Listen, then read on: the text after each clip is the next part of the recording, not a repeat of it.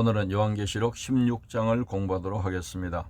요한계시록 16장은 제목이 일곱 대접입니다. 계율을 보시면 첫째 대접, 둘째 대접, 셋째 대접 재앙, 심판주에 대한 천사들의 찬양, 네 번째 대접, 다섯 번째 대접, 여섯 번째 대접, 일곱 번째 대접 재앙 등을 기록하고 있습니다. 16장은 하나님의 마지막 진노한 일곱 대접의 재앙, 셋째 화가 땅에 쏟아지는 장면을 기록하고 있습니다. 이 재앙은 불신자들에게 쏟아질 재앙이며 연속적, 동시다발적으로 쏟아지는 것으로 볼 수가 있습니다. 지구의 모든 자연 환경이 파괴되고 이로 인하여 악인들은 처절한 고통을 당하게 됩니다. 또한 인류 최후의 전쟁인 아마겟돈 전쟁을 준비하는 것을 보여주고 있습니다. 이 전쟁은 적그리스도와 그의 군대, 어린 양과 그의 군대가 싸우는 인류 최후의 전쟁입니다. 예수님 재림 전후의 사건들로 봅니다. 16장은 일곱 천사가 하나님의 진노의 일곱 대접을 쏟는 내용입니다. 16장에서 말씀하고 있는 재앙은 바로 셋째 화에 해당되는 것입니다. 재앙의 대상은 온 세상에 동시다발적으로 쏟아진다고 봅니다. 이 재앙은 인류 최후의 재앙입니다. 적그리스도로 상징되는 짐승의 보좌와 그 권력의 중심부에 재앙이 쏟아집니다. 불신자들에게 특별히 임하는 재앙입니다. 계시록 16장은 15장에서 예고된 일곱 대접 재앙이 땅에 시행되는 것을 보여주고 있습니다. 16장의 재앙은 예고에 내린 재앙과 부분적으로 일치하고 있습니다. 또한 계시록 8장, 9장 일곱 나팔 재앙과 상당히 일치하고 있습니다. 그러나 이들 사이에는 차이점이 있는데 16장에서는 특히 마지막 때 일어날 일에 대해서 말하며 진노가 더욱 맹렬해지고 또한 진노를 당하는 범위가 제한이 없습니다. 그러므로 여기서 언급되고 있는 재앙은 바로 셋째 화에 해당되는 것입니다. 재앙의 대상인 땅, 바다, 강과 물, 근원, 태양계, 짐승의 보좌, 유브라데 전쟁, 공기에 동시다발적으로 쏟아집니다. 여섯째 대접 재앙에는 인류 최후의 전쟁 장소인 유브라데가 될 것을 예표하고 있습니다. 이 전쟁은 적그리스도 및 그의 군대와 어린 양과 그의 군대가 벌이는 인류 최후의 전쟁으로 봅니다. 1절 보시면 또 내가 들으니 성전에서 큰 음성이 나서 일곱 천사에게 말하되 너희는 가서 하나님의 진노의 일곱 대접을 땅에 쏟으라 하더라. 아멘. 요한은 또 성전에서 나는 큰 음성을 들었는데 그것은 일곱 천사에게 너희는 가서 하나님의 진노의 일곱 대접을 땅에 쏟으라고 말하는 음성이었습니다. 첫째 대접은 땅에 쏟는 재앙입니다. 천사들은 하나님의 심판의 수행자들입니다. 여기에 땅은 온 세상 지구 전체를 가리킵니다. 성전에서 큰 음성이 들렸는데 재앙을 쏟아 부을 천사를 부르는 하나님의 음성입니다. 이사야 66장 6절에 보면 떠드는 소리가 성읍에서부터 들려오며 목소리가 성전에서부터 들리니 이는 여호와께서 그의 원수에게 보응하시는 목소리로다. 하나님의 진노의 일곱 대접은 재림 때 최후에 내릴 진노의 심판을 상징합니다. 계시록 15장 7절에 내 생물 중에 하나가 영원토록 살아계신 하나님의 진노를 가득히 담은 금대접 일곱을 그 일곱 천사에게 주니. 2절 보시면 첫째 천사가 가서 그 대접을 땅에 쏟음에 짐승의 표를 받은 사람들과 그 우상에게 경배하는 자들에게 악하고 독한 총기가 나더라. 아멘. 첫째 천사가 첫째 대접을 땅에 쏟자 짐승의 표를 받은 사람들과 그의 우상에게 경배하는 자들에게 악하고 독한 총기가 났습니다. 이 말씀은 짐승의 표를 받지 않고 그 우상에게 경배하지 않는 자들, 즉 창세로부터 죽임을 당한 어린 양의 생명책에 그 이름이 기록된 자들은 이 재앙에서 면제됨을 암시합니다. 재앙의 때에 하나님께서는 구원받은 성도들과 악인들을 구별하십니다. 애굽에 10가지 재앙이 내릴 때도 이스라엘 백성과 애굽 사람들을 구별했듯이 환란 시대 또 그렇게 구별한다고 봅니다. 주님은 짐승표를 받은 대환란 이후에 재림하실 것입니다. 땅에 쏟는다는 것은 육적인 세상을 가리킵니다. 계시록 12장 12절 그러므로 하늘과 그 가운데 거하는 자들은 즐거워하라. 그러나 땅과 바다는 화 있을진저 이는 마귀가 자기의 때가 얼마 남지 않은 줄을 알므로 거기에 분내어 너에게 내려갔음이라 하더라. 두 번째, 짐승의 표를 받은 사람들과 우상에게 경배하는 자에게 육륜의 표를 받은 자와 적그리스도를 경배하는 자에게 내리는 재앙을 말합니다. 계시록 14장 11절 그 고난의 연기가 세세토록 올라가리로다. 짐승과 그의 우상에게 경배하고 그의 이름표를 받는 자는 누구든지 밤낮 쉼을 얻지 못하리라 하더라. 세 번째, 독한 종기는 질병으로 묘사된 처참한 심판을 상징합니다. 신명기 28장 27절에 보면 여호와께서 애굽의 종기와 치질과 계혈병과 피부병으로 너를 치시리니 내가 치유함을 받지 못할 것이며. 3절 보시면 둘째 천사가 그 대접을 바다에 쏟음에 바다가 곧 그 죽은 자의 피같이 되니 바다 가운데 모든 생물이 죽더라. 아멘. 둘째 천사가 둘째 대접을 바다에 쏟자 바다에 죽은 자의 피같이 되어 모든 바다 생물들이 죽었습니다. 둘째 대접으로 인해 그 바다들은 심각한 적조 현상처럼 붉게 되었고 모든 바다 생물들이 죽었습니다. 바다에 쏜다는 것은 장소를 말하는데 이 세상에 내려질 대접 심판을 상징합니다. 계시록 12장 12절에 그러므로 하늘과 그 가운데 가는 자들은 즐거워하라. 그러나 땅과 바다는 화있을진저 이는 마귀가 자기의 때가 얼마 남지 않은 줄을 알므로 크게 분내어 너에게 내려갔음이라 하더라. 두 번째, 죽은 자의 피같이 된 것은 결과로 인류의 죽음을 의미합니다. 출애굽기 7장 20절 21절에 모세와 아론이 여호와께서 명령하신 대로 행하여 바로와 그의 시나이 목전에서 지팡이를 들고 나일강을 치니 그 물이 다 피로 변하고 나일강의 고기가 죽고 그 물에서는 악취가 나니 애굽 사람들이 나일강 물을 마시지 못하며 애굽 온 땅에는 피가 있으나. 모든 생물이 죽는 것은 재앙을 말합니다. 전 인류의 심판을 말합니다. 계시록 19장 21절에 그 나머지 말 탄 자의 입으로부터 나오는 금의 죽음에 모든 새가 그들의 살로 배불리더라. 4절 보시면 셋째 천사가 그 대접을 강과 물 건너에 쏟음에 피가 되더라. 아멘. 셋째 천사는 셋째 대접을 강과 물 건너에 쏟았습니다. 그러자 강과 물 건은 곧 샘들은 피가 되었습니다. 강과 물 건너는 장소, 사람들이 살아야 할 근원인데 시편 78편 44절에 보면 그들의 강과 시내를 피로 변하여 그들로 마실 수 없게 하시며, 피가 됐다는 것은 결과입니다. 인류의 죽음을 상징합니다. 출애굽기 7장 20절 21절 모세와 아론이 여호와께서 명령하신 대로 행하여 바로와 그의 시나이 목전에서 지팡이를 든 나일강을 치니 그 물이 다 피로 변하고 나일강의 고기가 죽고 그 물에서는 악취가 나니 애굽 사람들이 나일강 물을 마시지 못하며 애굽 온 땅에는 피가 있으나. 아멘. 5절 보시면 내가 들으니 물을 차지한 천사가 이르되 전에도 계셨고 지금도 계신 거룩하신 이여 이렇게 심판하시니 어려우시도다. 아멘. 물을 차지한 천사는 하나님의 심판의 어려움을 선포했습니다. 영원하시고 거룩하신 하나님께서 이렇게 심판하신 것이 공의로운 심판입니다. 물을 차지한 천사는 물을 심판하는 담당하는 천사를 말합니다. 계시록 14장 18절에 보면 또 불을 다스리는 다른 천사가 제단으로부터 나와 예리한 낚아진 자를 향하여 큰 음성으로 불로 이르되 내 예리한 낫을 휘둘러 땅의 포도송이를 거두라. 그 포도가 익었느니라 하더라. 전에도 지금도 계신 거룩하신 이는 영원하신 하나님을 말합니다. 계시록 11장 17절 이르되 감사함나니 옛적도 계셨고 지금도 계신 주 하나님 곧 전능하신 이시여 친히 큰 권능을 잡으시고 왕노를 하시도다. 어려운 심판은 천사의 반응입니다. 하나님의 심판이 합당한 것을 말합니다. 시편 119편 75절 여호와여 내가 알거니와 주의 심판은 어려우시고 주께서 나를 괴롭게 하시면 성실하심 때문이니이다. 6절 보시면 그들이 성도들과 선자들의 피를 흘렸으므로 그들에게 피를 마시게 하신 것이 합당하니이다 하더라. 아멘. 적그리스도의 사람들은 성도들과 선지자들의 피를 많이 흘렸습니다. 그러므로 하나님께서는 그들이 의인의 피를 흘린 대가로 피를 마시게 하시는 것이 합당한 심판이라는 것입니다. 피를 마시게 한 것이 합당하다는 것입니다. 성도들 피를 흘린 것에 대한 하나님의 원수에 대한 심판입니다. 이사야 49장 26절에 보면 내가 너를 억압하는 자들에게 자기의 살을 먹게 하며 세술에 취한같이 자기의 피에 취하게 하려니 모든 육체가 나 여호와는 내 구원자요 내 구속자요 야곱의 전능자인 줄 알리라. 7절 보시면 또 내가 들으니 제단이 말하기를 그러하다 주 하나님 곧 전능하신 이시여 심판하시는 것이 참되고 어려우시도다 하더라. 아멘. 요한은 제단에서 나는 소리를 들었습니다. 순교자들의 영혼의 소리입니다.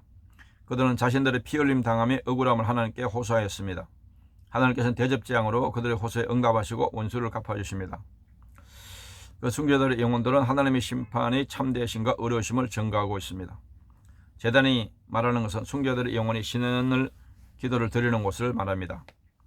계시록 6장 10절에 큰 소리를 불러 이르되 거룩하고 참되신 대주제여 땅에 거하는 자들을 심판하여 우리 피를 갚아주시 아니하시기를 어느 때까지 하시려 하나니까. 심판이 참되고 어려우심은 공의의 심판을 의미합니다. 시편 119편 75절 여호와여 내가 알거니와 주의 심판은 어려우시고 주께서 나를 괴롭게 하시면 성실하심 때문이니이다.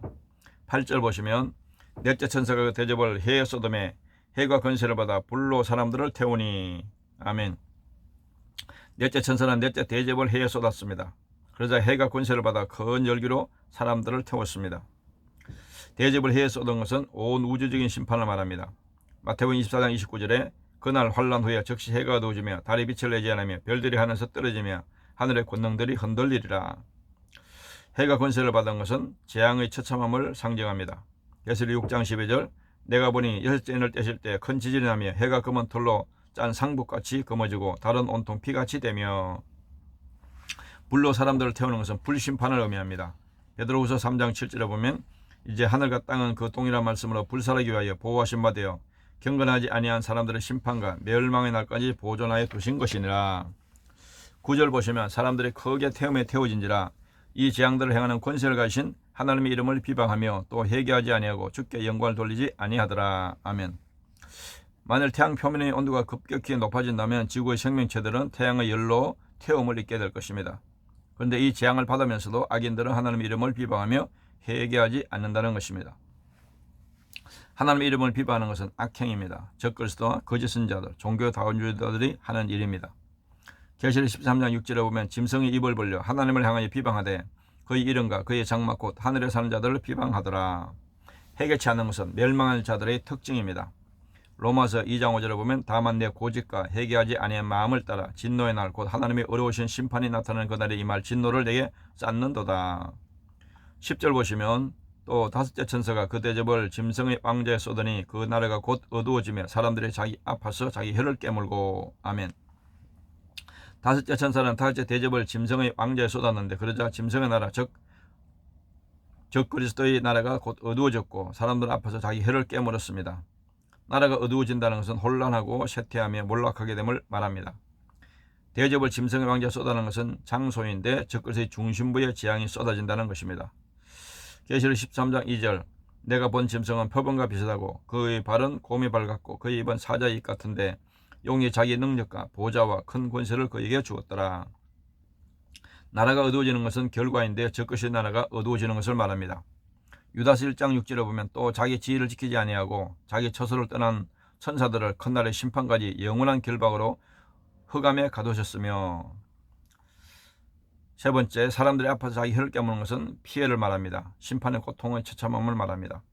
누가복음 16장 24절에 불러 이르되 아버지 아브라함이여 나를 긍휼히 여기사 나사로를 보내어 그 손가락 끝에 물을 찍어 내 혀를 서늘하게 하소서. 내가 이 불꽃 가운데서 괴로워하나이다. 지옥의 고통을 말합니다. 11절 아픈 것과 종기로 말미암아 하늘이 하나님을 비방하고 그들의 행위를 회개하지 아니하더라. 아멘. 적그리스도의 나라에 속한 자들은 아픈 것과 종기로 하나님을 더 비방하고 자기 행위를 끝까지 회개하지 않습니다. 멸망받을 자의 특징은 끝까지 회개하지 않는 것입니다.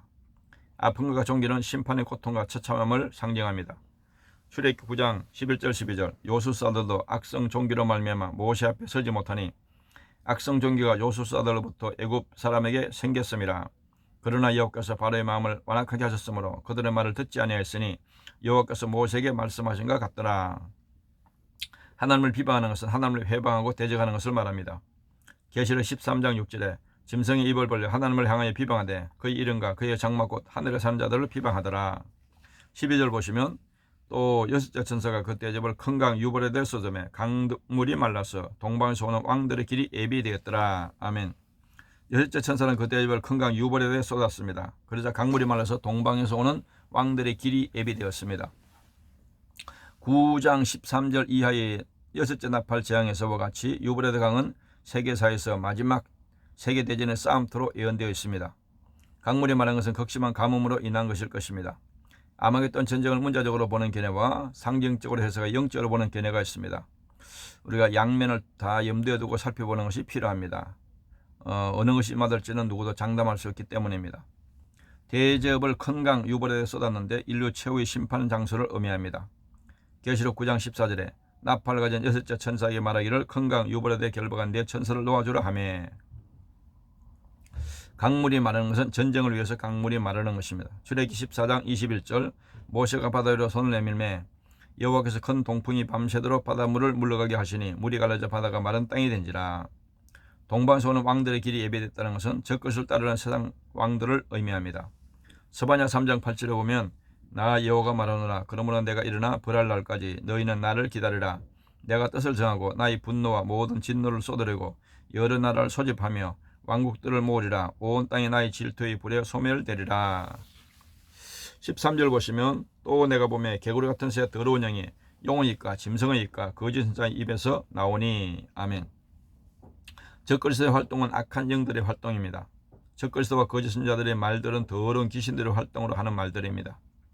거짓말은 사람의 영혼을 죽이고 참된 진리의 말은 사람의 영혼을 살리고 구원합니다. 그래서 말이 너무 중요한 것입니다. 개구리 같은 새 더러운 영은 마귀의 영, 악령들을 말합니다. 출애굽기 8장 2절 내가 만일 보내기를 거절하면 내가 개구리로 너희 온 땅을 치리라. 용의 입은 사탄의 미혹하는 말을 말합니다. 계시록 12장 9절을 보면 큰 용이 내쫓기니 에뱀 곧 마귀라고도 하고 사탄이라도 하며 온 천하를 깨는 자라. 그가 땅으로 내쫓기니 그의 사도를 그와 함께 내쫓기니라. 이 마귀는 온 천하 모든 사람들을 거짓말로 꾀는 자라는 것입니다. 짐승의 입은 적그리스도의 말을 의미합니다. 계시록 13장 1절에 내가 보니 바다에서 산 짐승이 나오는데 뿔이 열이요 머리가 7이라. 그 뿔에는 10 왕관이 있고 그 머리들은 신성 모독하는 이름들이 있더라. 거짓 선자 입은 거짓을 전하는 거짓 선자의 말, 영혼을 죽이는 것입니다. 마태복음 24장 11절에 거짓 선자가 많이 일어나 많은 사람을 미혹하겠으며 14장 그들은 귀신의 영이라 이적을 행하여 온 천하 왕들에 가서 하나님 곧 전능하신 이의 큰 날이 있어 전쟁을 위하여 그들을 모으더라. 아멘. 이 귀신의 영들은 온 천하에 달리며 정치가들을 선동하여 연합군들을 형성하게 됩니다. 하나님 곧 전능하신 이의 큰 날은 여호와의 날, 주의 날로 묘사된 그 날, 곧 하나님의 심판의 날이고 주 예수 그리스도의 재림의 날입니다. 그날의 전쟁은 계시록 19장에 증거된 예수 그리스도의 재림 때의 전쟁을 가리킵니다. 인류는 결국 욕심 때문에 싸우다가 멸망하게 됩니다. 귀신의 영은 악한 영들, 미혹의 영을 말합니다. 디모데전서 4장 1절에 보면 그러나 성령이 밝히 말씀하시기를 후일에 어떤 사람들이 믿음에서 떠나 미혹하는 영과 귀신의 가르침을 따르려 하셨으니 말세가 될수록 점점 귀신의 가르침을 따르는 사람들이 많이 따르게 된다는 것입니다.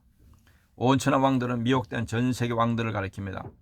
계시록 16장 16절 새 영이 히브리어로 아마겟돈을 하는 곳으로 왕들을 모으더라. 전능하신 이의 큰 날이 있을 전쟁은 최후 심판의 날을 의미합니다. 여호와의 크고 두려운 날이 이르기 전에 해가 어두워지고 달이 핏빛같이 변하려니와 15절 보시면 보라 내가 도둑같이 오려니 누구든지 깨어 자기 옷을 지켜 벌거벗고 다니지 아니하며 자기의 부끄러움을 보이지 아니하는 자는 복이 있도다. 아멘. 주님께서는 도둑같이 오실 것입니다. 주님의 재림이 뜻밖의 혹은 갑작스럽게 이루어질 것을 말합니다. 깨어있으라는 말은 정상적인 신앙생활을 가리킵니다. 정상적인 신앙생활은 바르게 알고 바르게 믿고 바르게 사는 것을 말합니다. 즉 올바른 신학, 올바른 믿음, 올바른 삶을 말합니다. 자기 옷을 지켜 벌거벗고 다니지 않으며 자기의 부끄러움을 보지 않는 자는 복이 있다고 말씀합니다. 성도의 옷은 그리스도를 믿음으로 말미암은 칭의의 옷을 말합니다. 의롭다함을 받는 것을 말합니다. 도둑같이 오신다는 것은 갑자기 재림하실 주님을 말하는데 불신자들에게는 주님이 도둑같이 오시고 신자들에게는 하나님께서 도둑같이 임하지 않는다는 것입니다. 데살로니가전서 5장 2절에 보면 주의 날이 밤에 도둑같이 이를 줄을 너희 자신이 자세히 알기 때문이라. 데살로니가전서 5장 4절에서는 형제들아 너희는 어둠에 있지 아니하며 그 날이 도둑같이 너에게 임하지 못하리니. 자기 옷을 지키는 자는 믿음을 지키는 자, 거룩한 삶을 사는 성도들을 가리킵니다. 계시록 3장 4절에 그러나 사대에 그 옷을 더럽히지 아니한 자 몇 명이 내게 있어 흰옷을 입고 나와 함께 하다니 그들은 합당한 자인 영고라. 자기의 부끄러움을 보지 않는 자, 믿음을 지키는 자를 말합니다. 계시록 7장 14절에 내가 말하기를 내 주여 당신이 아시나이다 하니 그가 나에게 이르되 이는 큰 환난에서 나오는 자들인데 어린 양을 피해 그 옷을 씻어 희게 하였느니라. 16절은 새 영이 히브리어로 아마겟돈을 하는 곳으로 왕들을 모으더라. 아멘. 새 영은 원문에는 그가라고 되어 있습니다. 하나님께서 그 왕들을 모으신다는 것입니다. 아마겟돈은 머깃도라는 곳입니다. 그것은 팔레스타인 북부 갈릴리 호수 서편으로 역사상 수많은 전쟁이 일어났던 곳입니다. 이 예언은 인류의 마지막 전쟁이 이스라엘 땅에서 이루어질 것을 예언하는 것입니다. 여섯째 대접은 아마겟돈 전쟁을 위한 준비를 예언합니다. 상징으로 보는 견해와 문자적으로 보는 견해가 있습니다. 상징으로 보는 해석은 그리스도의 세력과 악한 영들의 전쟁으로 봅니다. 아마겟돈 전쟁의 왕들을 모으는 것은 어린 양의 군대와 적그리스도 군대의 최후의 전쟁터를 말합니다. 사사기 5장 19절에 보면 왕들이 와서 싸울 때 가나안 왕들이 머깃도 물가 다양하게서 싸웠으나 은을 탈취하지 못하였도다. 17절 보시면 일곱째 천사가 그 대접을 공중에 쏟아매 큰 음성이 성전에서 보좌로부터 나서 이르되 되었다 하시니. 아멘. 일곱째 천사는 그 대접을 공중에 쏟았습니다. 그때 성전으로부터 되찾다는 큰 음성이 들렸습니다. 그것은 하나님의 진노의 재앙이 일곱째 대접 재앙으로 다 이루어진 것을 말씀합니다.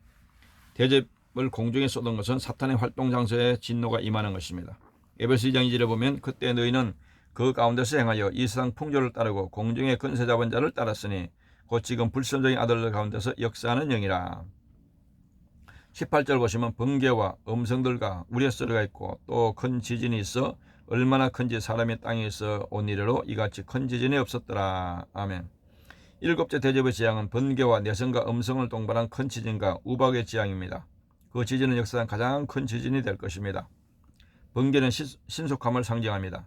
마태복음 24장 27절에 번개가 동편에서 나서 서편까지 번쩍인 같이 인자 이맘도 그러하리라. 음성은 권위를 나타냅니다. 출애굽기 20장 19절 모세에게 이르되 당신이 우리에게 말씀하소서 우리가 들으리이다. 하나님 우리에게 말씀하지 말게 하소서 우리가 죽을까 하나이다. 우레 소리는 공의의 진노를 상징합니다. 출애굽기 9장 28절에 여호와께 구하여 이 우레 소리와 우박을 그만 그치게 하라.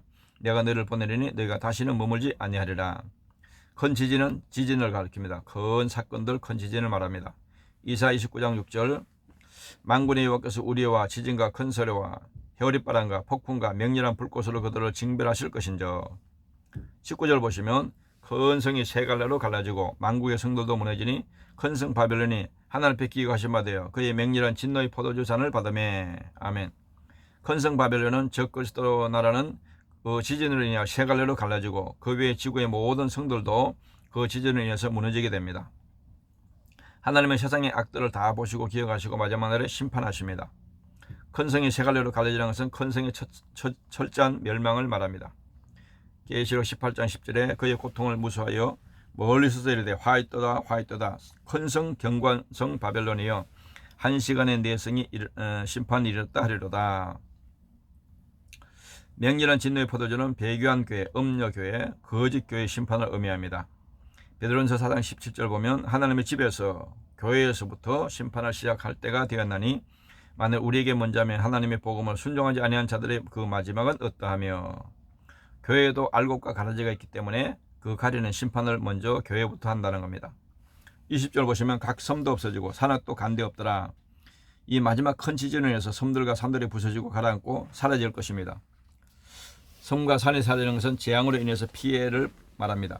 큰 지진, 음료의 세력이 사라지는 것을 말합니다. 계시록 21장 1절에 또 내가 새하늘과 새 땅을 보니 처음 하늘과 처음 땅이 없어졌고 바다도 다시 있지 않더라. 21절 보시면 또 무기가 한 달란트나 되는 큰 우박이 하늘로부터 사람에게 내리매 사람들이 그 우박의 재앙 때문에 하나님을 비방하니 그 재앙이 심히 큼이르라.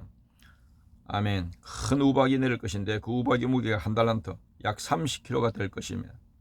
불신자는 그래도 회개하지 않고 하나님을 비방하기만 한다는 것입니다. 큰 우박이 내리는 것은 피할 것이 없는 재앙입니다. 에스겔 38장 22절에 보면 내가 또 전염병과 피로 그를 심판하며 쏟아지는 폭우와 큰 우박덩이와 불과 유황으로 그와 그의 모든 무리와 그와 함께 있는 많은 백성에게 비를 내리듯 하리라. 우박의 재앙은 재앙 때문에 하나님을 회방이 되는데 계시록 16장 9절에 사람들의 크게 태움에 태워진지라 이 재앙들을 행하는 권세를 가신 하나님의 이름을 비방하며 또 회개하지 아니하고 주께 영광을 돌리지 아니하더라. 적용과 나눔을 보시면 회개의 기회를 주실 때 회개하지 않고 복음을 거역한 자들에게 하나님은 무서운 심판과 진노를 내리십니다. 하나님의 이 무서운 진노를 피할 자는 아무도 없습니다. 공의의 하나님은 죄는 반드시 심판하시는 분임을 믿어야 합니다. 교회가 당하는 환난은 영원하지 않고 반드시 끝이 있습니다. 첫째, 공의의 하나님은 반드시 악인들을 심판하실 것입니다. 둘째, 우리는 깨어서 자기 옷을 지켜 벌거벗고 다니지 않도록 해야 합니다. 거룩한 믿음으로 살아야 합니다. 셋째, 우리는 회개의 기회가 있을 때 철저히 회개하는 생활을 해야 합니다. 오늘 공부는 여기까지 마치도록 하겠습니다. 감사합니다.